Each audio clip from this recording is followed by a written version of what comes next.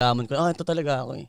So ano sa tingin mo ang factor nun kung bakit ikaw at hindi yung iba? Oh, ano sa tingin mo ano dun? Siguro nga yung enerhiya ko yung dating ko eh. Sa bagay makulit ka nga naman kasi talaga. So yung babae mapapaani. Oh, gets. Ikaw talaga, yung energy niya pag pumasok sa isang room, na may mga babae, kunyari party, di ba? May makakapansin talaga sa kanya eh. Oh, sa kulit nga naman niya tol, no? Sa energy pa lang eh. Lagi mo sinasabi yun eh, energy mararamdaman mo ng tao.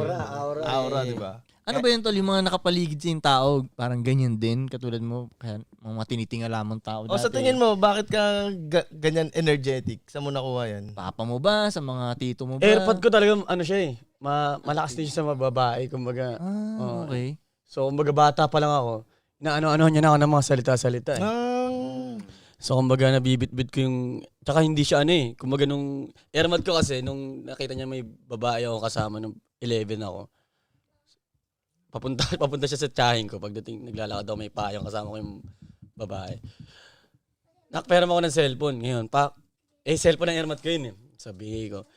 Yung girl ko na yung nakasama ngayon, na-wrong side siya dun sa ano. Kasi minsan yung pag mga puppy love guy, mga type shit na ganyan. Magkasama na kayo, may text pa yun eh. Nag-text pa kayo, punta kayong goy. Pero na-wrong side siya dun. Ngayon pag uwi ko ngayon, sabi ng airmat ko, nagpa-farm bill pa yung nanay ko sa computer. Nagpa-farm.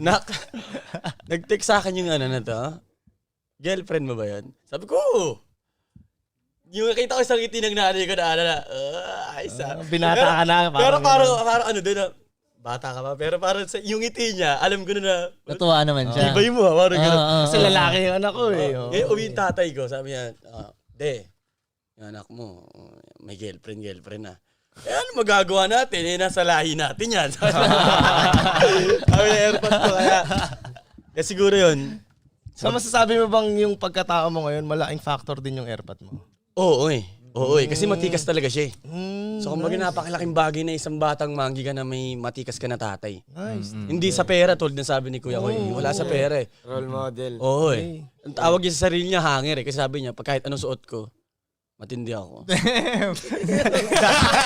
Kaya na yung metaphor niya. Bago yun. Hanger lang yan.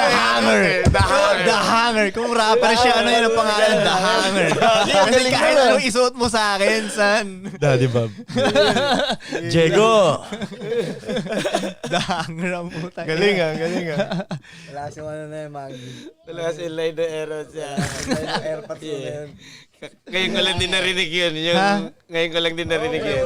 Pani sila Kendrick to. Mga nagdidistract kayo sa Amerika. Wala dun. Wala yung line pa lang. Pwede mo nga isulat sa lyrics mo yun, no? Tawagin mo akong hanger. Kasi, di ba, kahit anong isuot mo sa akin, di ba, tol, no? Kaya ko yung, okay yun, Inang yan.